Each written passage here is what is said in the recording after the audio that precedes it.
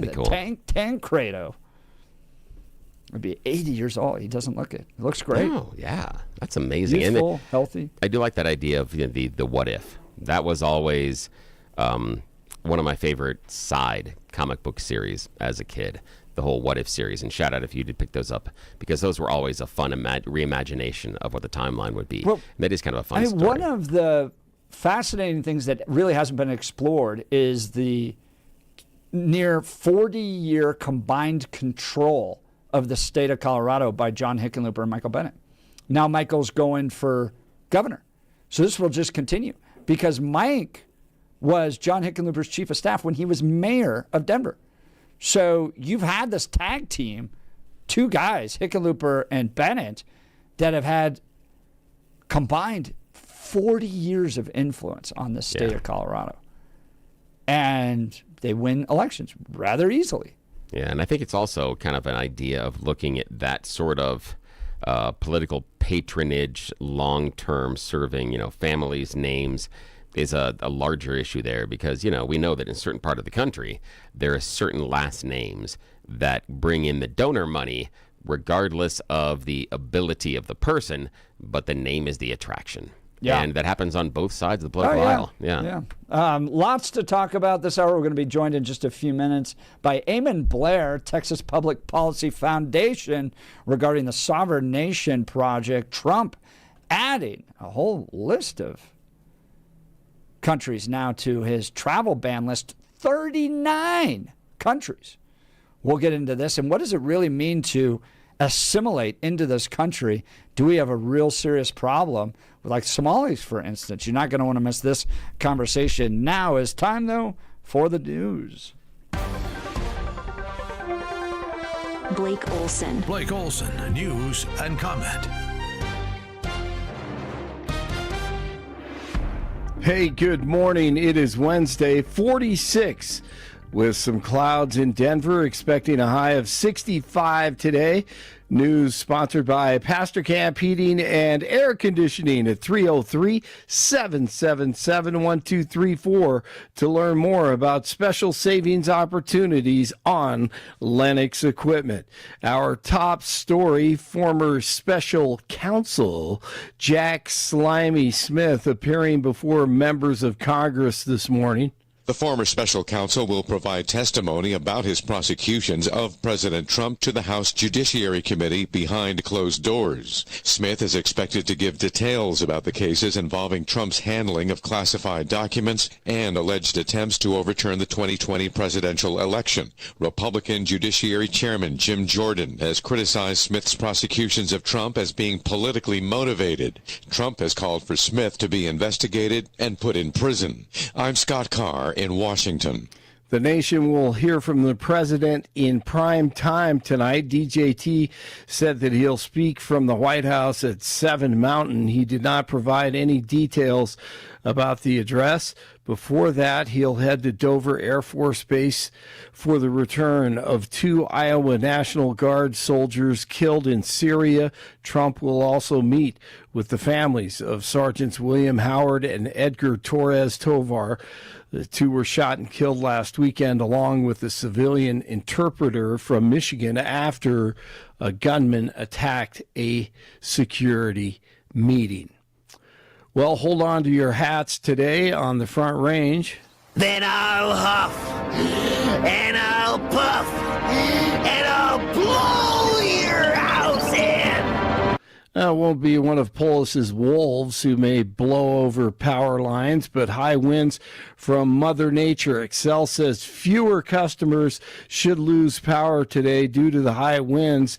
The utility says that about 52,000 customers could be affected if the company is forced to shut off power as a safety precaution. Due to the fact of knowing that fire season isn't just during the summer anymore and is year-round, we as residents need to make sure that we are diligent and vigilant on trying to prepare ourselves in the community for the potential. If you live in Jefferson, Boulder, Clear Creek, Larimer, or Weld County, you may be affected, and that shutoff may begin at 10 this morning. We shall see. There are a few school districts we'll finish closed the show today. And click. That's right. They wanted to wait till the Jeff and Billy show. I find it so ironical, as they like to say, that the progressive greenie libs are all about wind. Wind is going to power our future. That's right. Too much wind. Too much wind means no power. Wait, what? Wait, how does that work? Huh? Yeah. Hope your ventilator's all charged up. That's right. Absolutely. Absolutely. Well, the wind doesn't always blow and the sun doesn't always shine, as we know. What if an all-loving, grateful God just put a whole bunch of stuff in the ground for us? And Wow, all we had to do was pull it out. And then that provided lots of great jobs for people. And then also revenue and taxes. Oh, and you could wouldn't that be heat cool? your house, and it was very cheap and affordable. And when you could drive anywhere, just fill up your tank. And oh my goodness, what if that happened? That would be crazy. They could make something with it called smartphones and computers. Yeah, I know. So dumb. There's a point where you reach that. You just get so wealthy and rich that you just become an idiot. Yeah, that's right. where we are in Colorado right now. Boy, you got that right.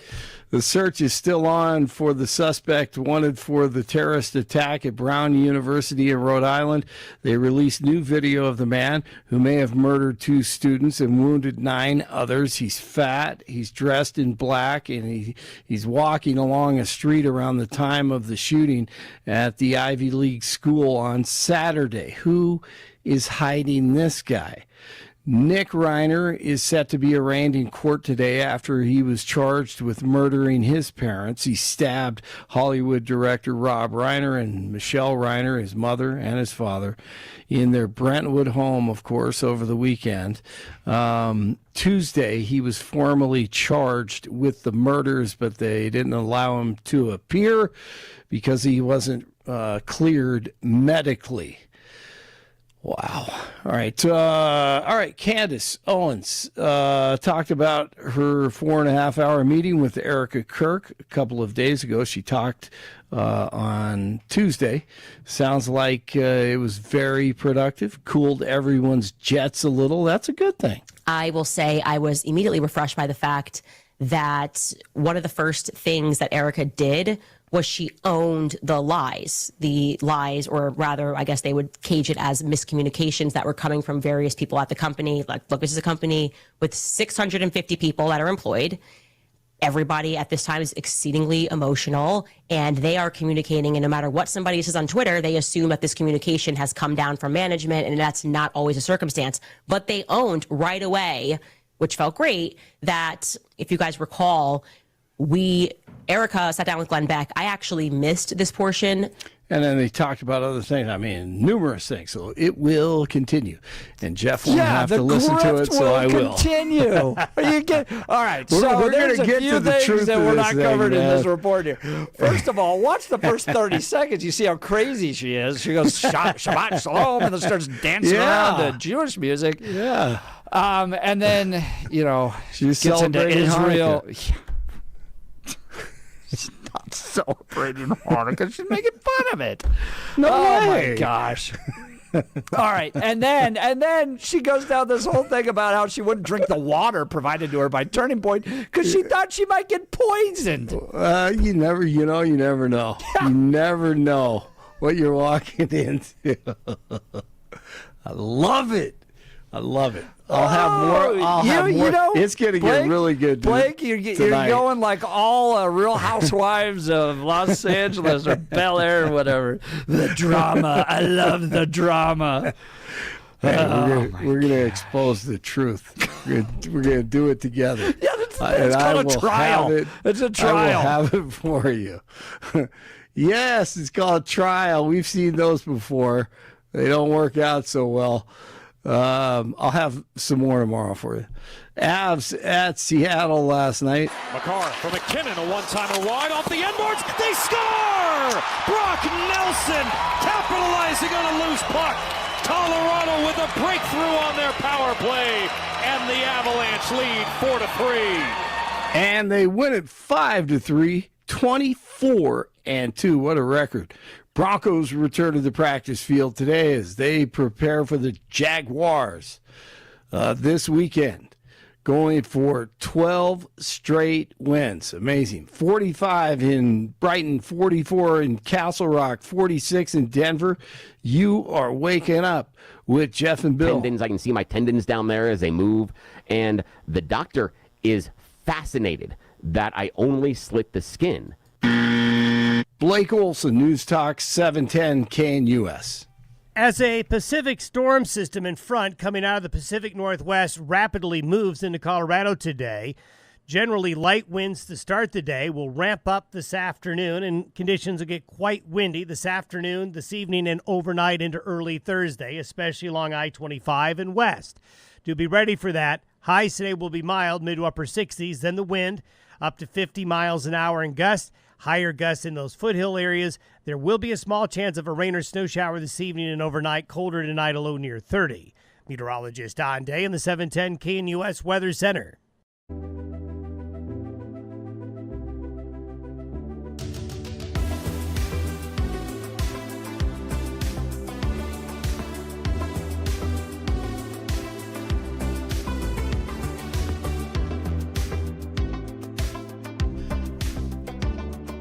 Hey, this is Andy Williams. Now, this originally Irving Berlin song comes out of a movie in the 40s, I believe.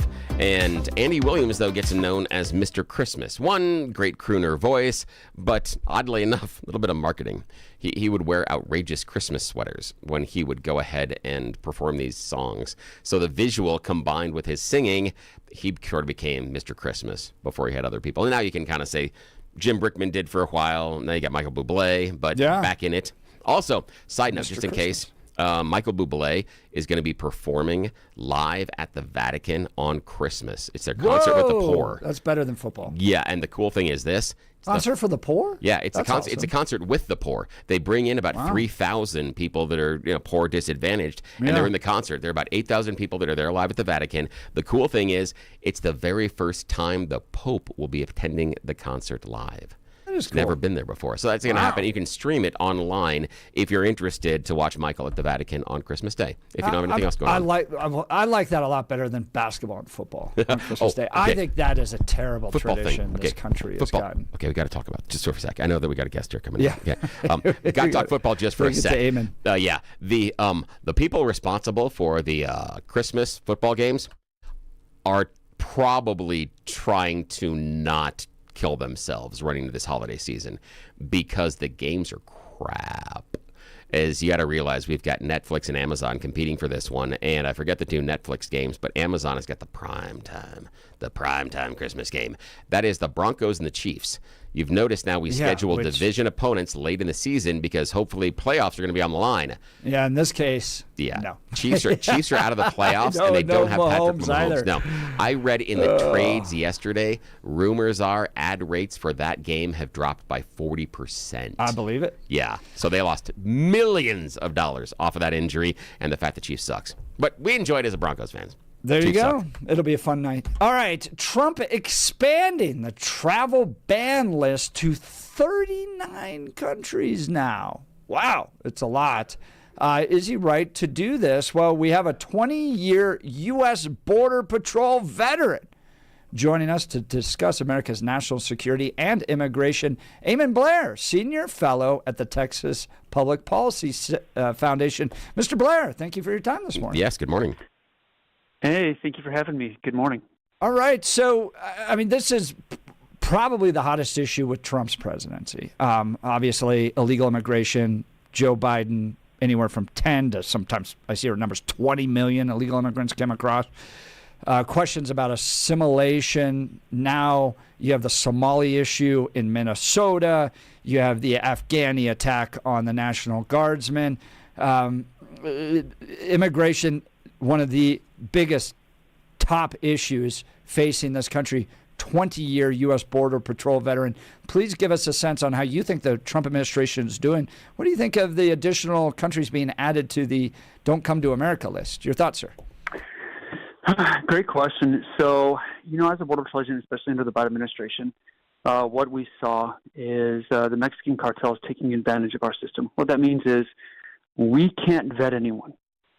Our systems can't even vet people from Mexico can't vet people from anyone from the Western Hemisphere, let alone those 39 other countries. So the cartels knew this.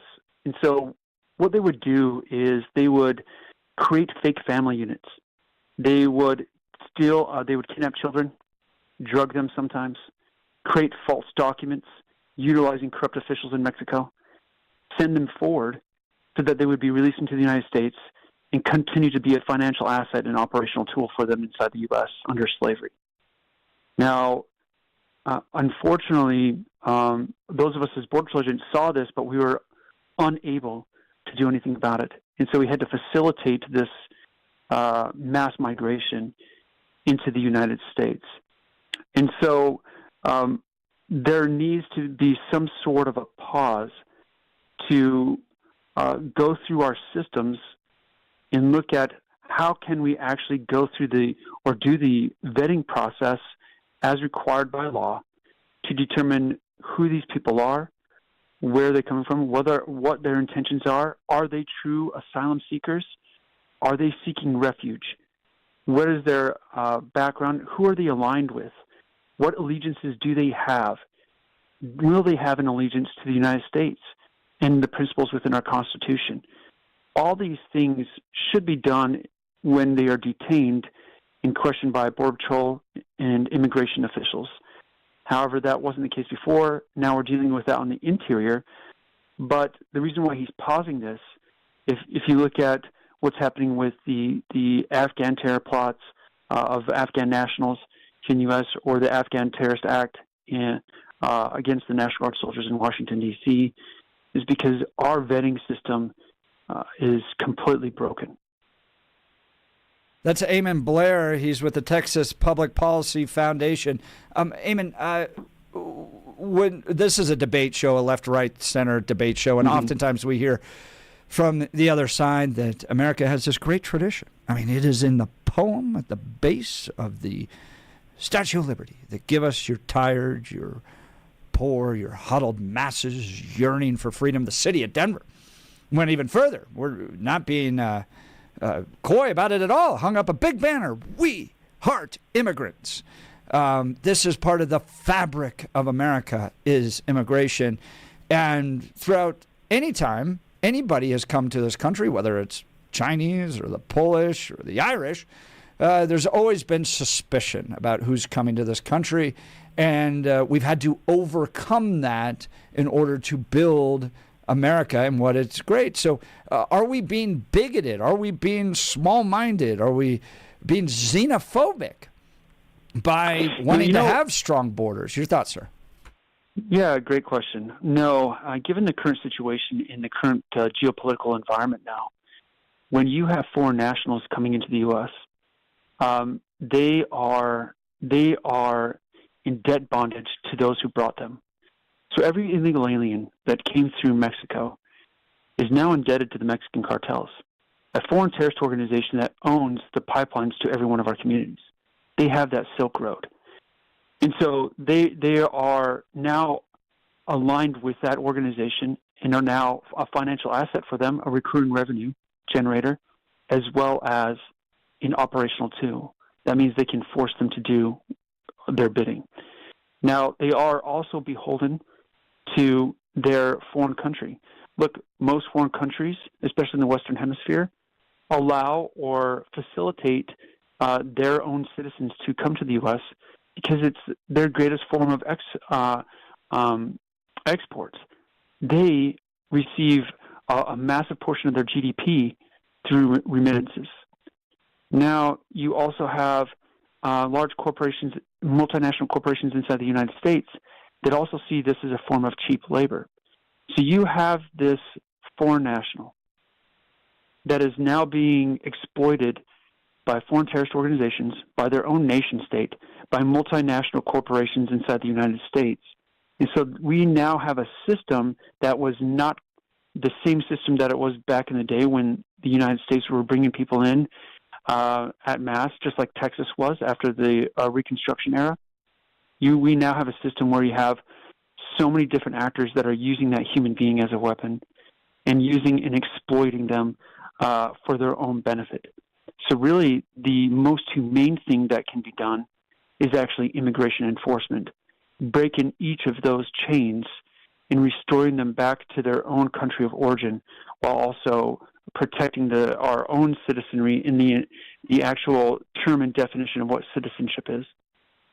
And Ammon, I want to get clarity on how to pronounce your first name, so I apologize. Is it Ammon or Ammon? Ammon. Ammon, great. So Ammon Blair, we're talking with him. He's with the Texas Public Policy Foundation.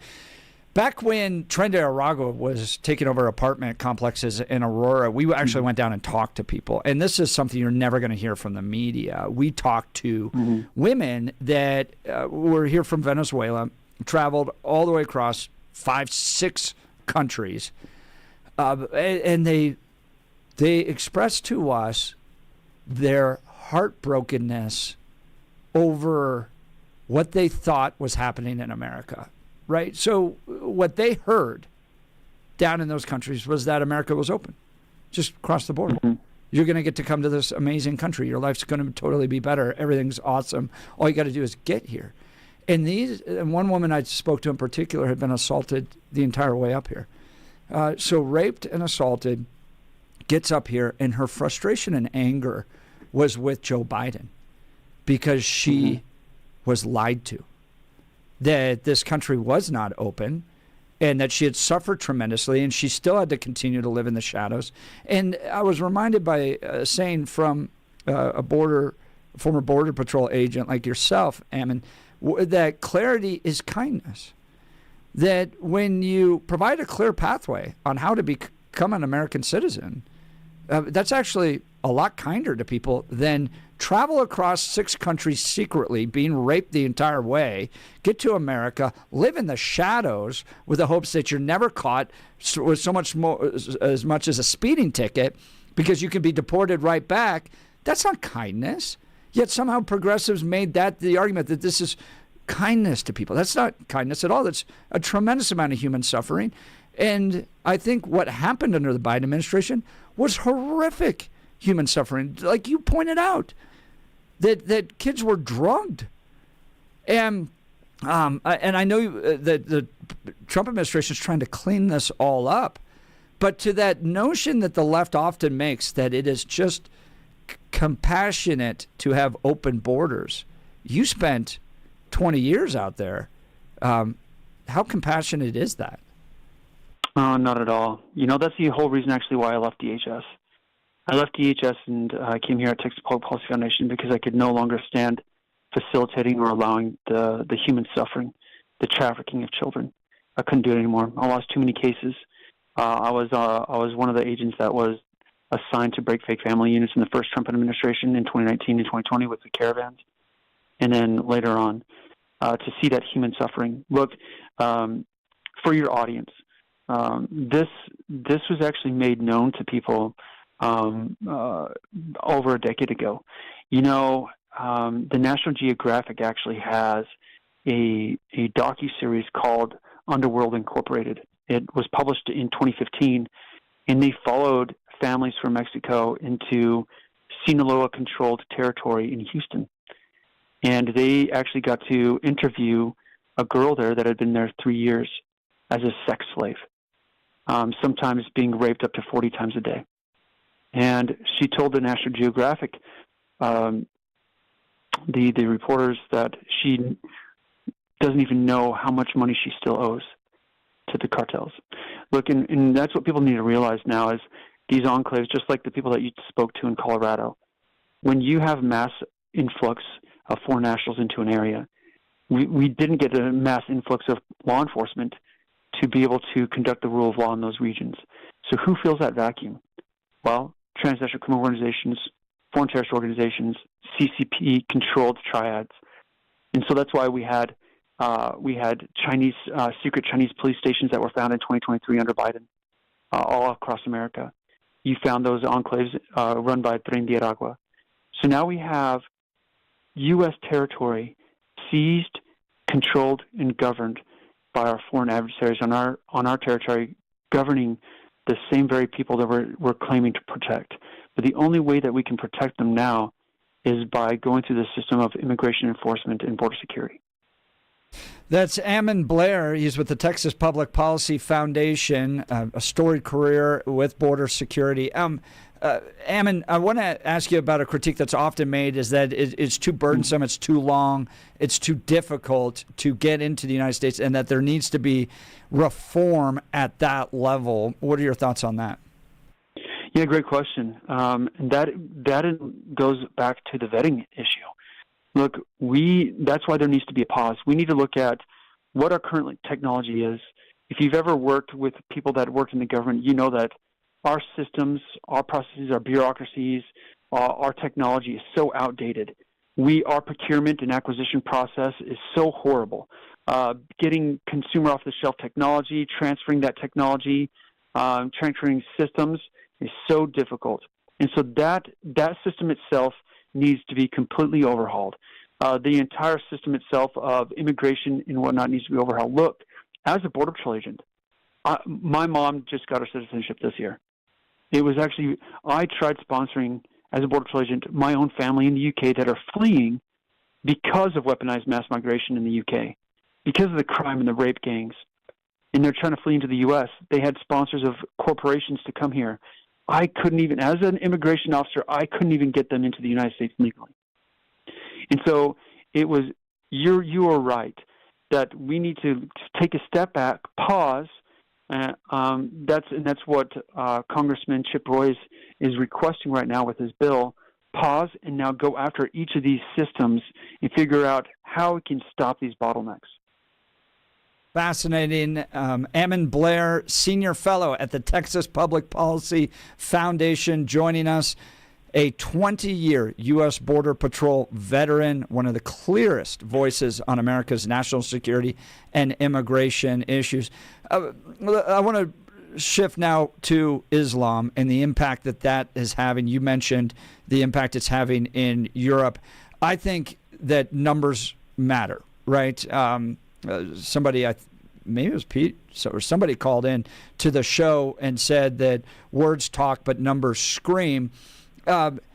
What you're seeing in Europe are population levels of Islamic migrants into European countries reaching somewhere between 15 and 30%.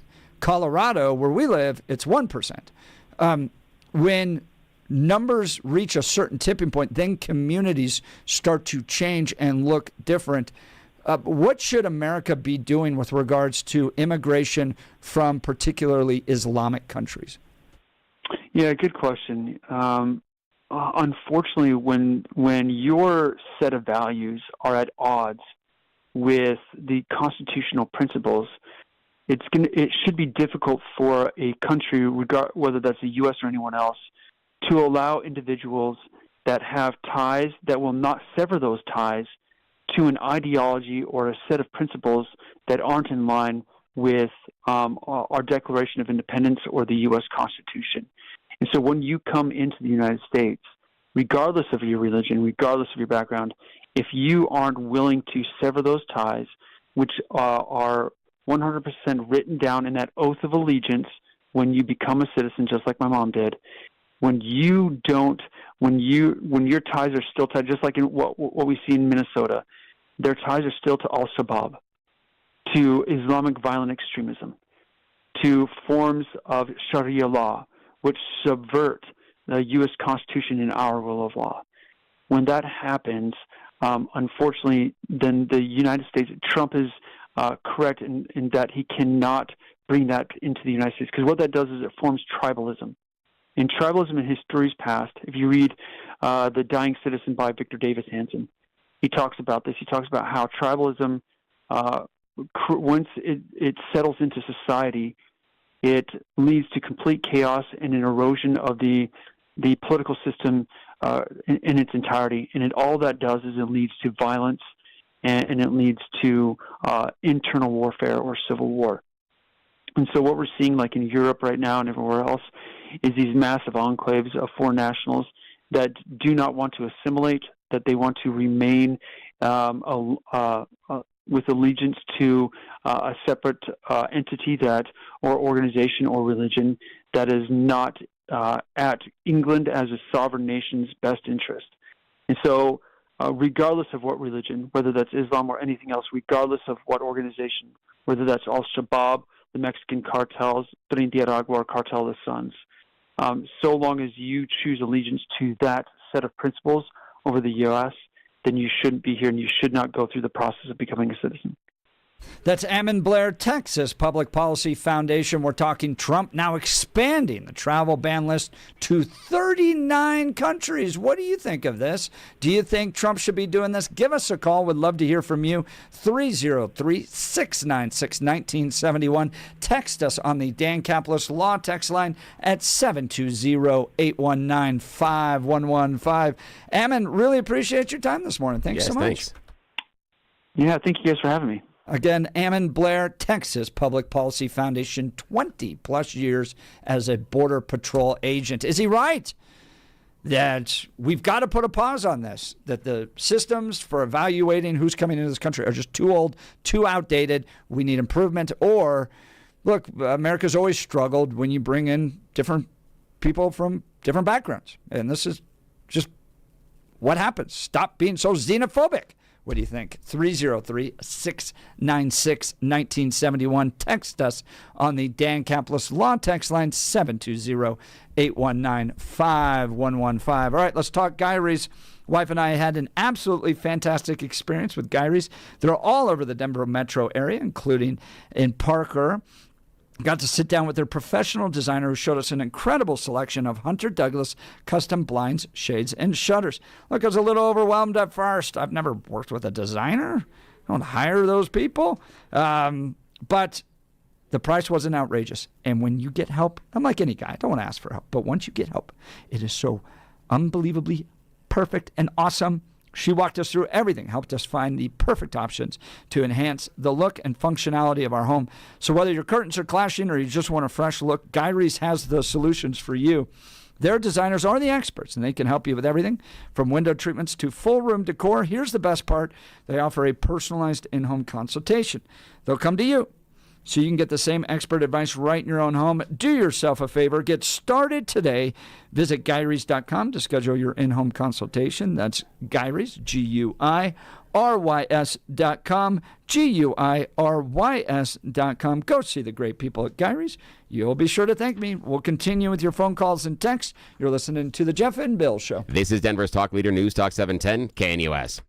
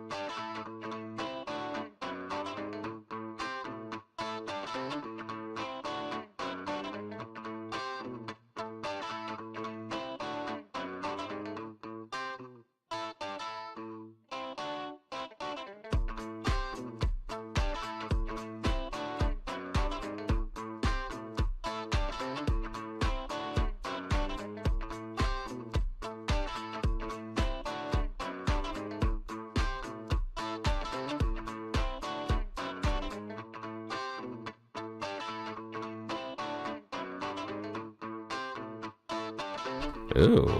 Is this technically a holiday song? Is it a Christmas song?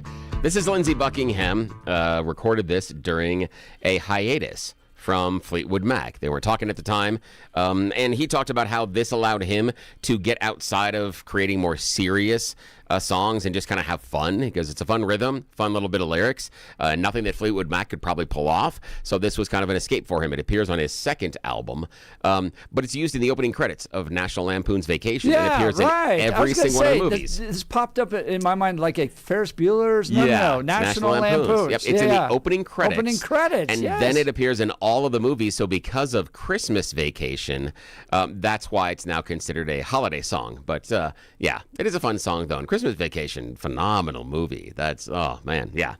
So many references from that one as well. I saw a sweatshirt that had Chevy Chase. You remember when he's like acknowledging all the guys that are walking by in the business? Yeah. You can't say any of it on air. No, you can't. Someone made a sweatshirt. Oh my God, that's great.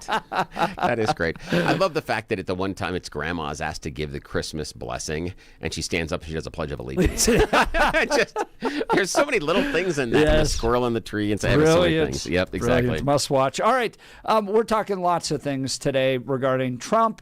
Now adding a whole host of countries to the travel ban list, 39 countries. And we just wrapped up a conversation with a senior fellow from the Texas Public Policy Foundation, Ammon Blair, who spent 20 years with the U.S. Border Patrol, talking about all the human suffering that takes place as a result of people crossing the border illegally. Progressives will never talk about that. They think the only thing that's compassionate is to have an open border, which actually leads to a tremendous amount of human suffering. So what do you think? Trump now getting the travel ban list to 39 countries, and Ammon pointing out that we need to update our system. We can't properly vet these people. And they're coming from countries where their cultural values are in direct opposition to American values. So if you bring a lot of them here, well, you're risking a lot. What do you think? Join the conversation, 303-696-1971.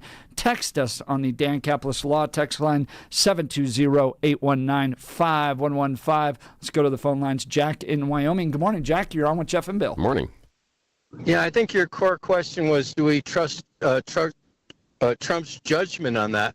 But more importantly, I think that's the reason why he got reelected. I think the voters trust Trump's judgment overall on almost any issue, as opposed to an imbecile like Biden. In contrast, I mean, that's the contrast. But didn't Biden win the other one? I mean, Biden beat him 1 point, Jack. I mean, at one point, I understand your point there, but at one point, Biden did beat him. So the entire idea of you saying, well, I think the American people trust him more than Biden, well, at one point, that was reversed. Now, after Biden, I think they opened their eyes a little bit. That's what I'm saying. Okay. Do you think that trust will continue? I'm just curious. Excuse me? Do you think that trust will continue? And the only reason I'm asking that is because we see approval ratings erode. He's as far underwater as he's ever been in office, even including first term.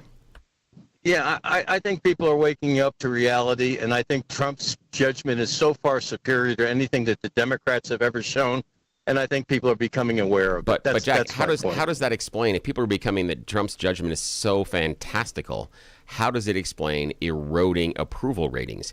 He is down in almost everything. In fact, the worst one that he's on is the economy. In some of these areas, he's in the 30s for approval rating. That's atrocious. I mean, that can't be a reflection of the U.S. trusting him, or is it? How legitimate are approval ratings? Come on, we get real. Oh, so now it's the idea that we don't believe the polls. So it's not. So you just have to, Jack. What I'm hearing is you have to hang on to your idea so hard that you will ignore any other information, because that would force you to then confront the possibility of maybe how you've interpreted the world to be incorrect. Well, it's in a process of adjustment after Biden. People are starting to see the difference, and I think Trump. And right now they say he sucks. I mean, that's the thing, is if we're talking about the transition afterwards. Who is they? Who the hell? Who is they?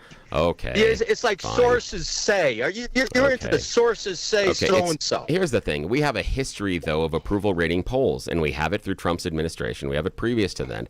We have it through Biden's administration, and we have it through Trump's administration. I've never once sat here and said the polls are fake, etc. I said I don't necessarily trust or put a ton into them, but they're a good snapshot in time of what is happening. And taken by large, it can show you trends. So right now, the trend is showing that Donald Trump's approval rating is rapidly eroding.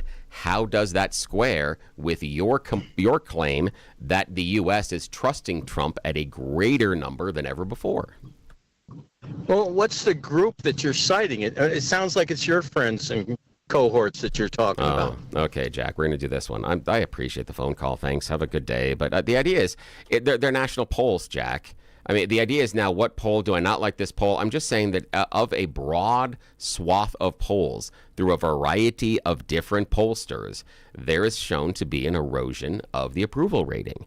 And we can discuss that, and we could say things like people are trusting Trump to turn the ship around. People are worried about the direction. They think he's distracted. They voted for Biden because they know he can right the ship. They still believe in him. All of those things would be applicable to this discussion, Jack. But just saying, polls, don't believe them. I don't know any of the people that were polled. It is just a flat refusal of reality. I appreciate the conversations, Jack, but we got to be able to have a conversation about what is existing in the political sphere and in the real world sphere, rather than just saying, I don't know anybody that was polled. It's got to be all Bill's friends. Yeah, all my friends answered all the polls across the country somehow. That's awful lucky. I mean, come on, Jack.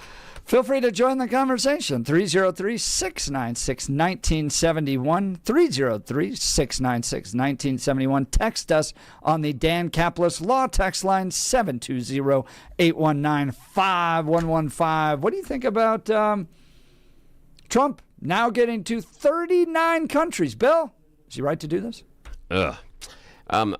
It bothers me because it is a blanket refusal. And you know me, I'm never a one-size-fits-all guy. I mean, heck, one size barely fits me. So I'm talking about the chubbiness I have. So there's a problem there.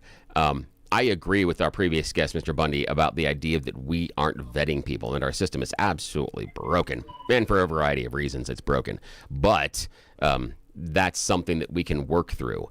I'm worried that when he sits there and says these 39 countries, that he's basically ending up playing favorites.